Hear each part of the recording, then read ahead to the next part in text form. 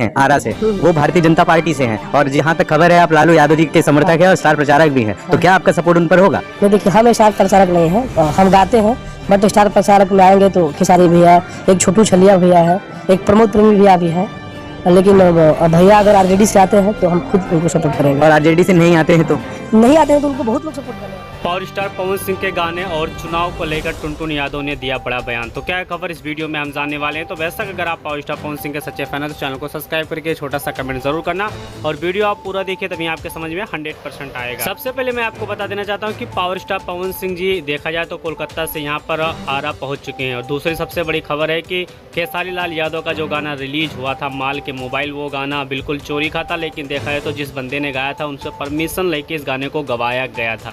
लेकिन यहाँ पर सबसे इंपॉर्टेंट बात निकल के आती है कि टुनटुन यादव की। तो टुनटुन यादव ने अगर देखा जाए तो पावर स्टार पवन सिंह के चुनाव को लेकर बहुत बड़ा यहाँ पर बयान इन्होंने दिया है।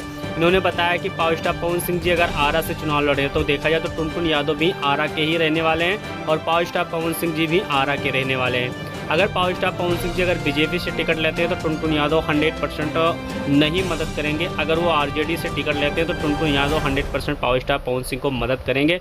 तो वैसा किस पे आपका क्या राय चल रहा है? जो भी राय चल रहा है फटाफट कमेंट बॉक्स में कमेंट करिए और बहुत जल्द मिलते हैं आपको अगले नेक्स्ट अपडेट के साथ, पावर स्टार पवन सिंह के न्यू अपडेट के साथ।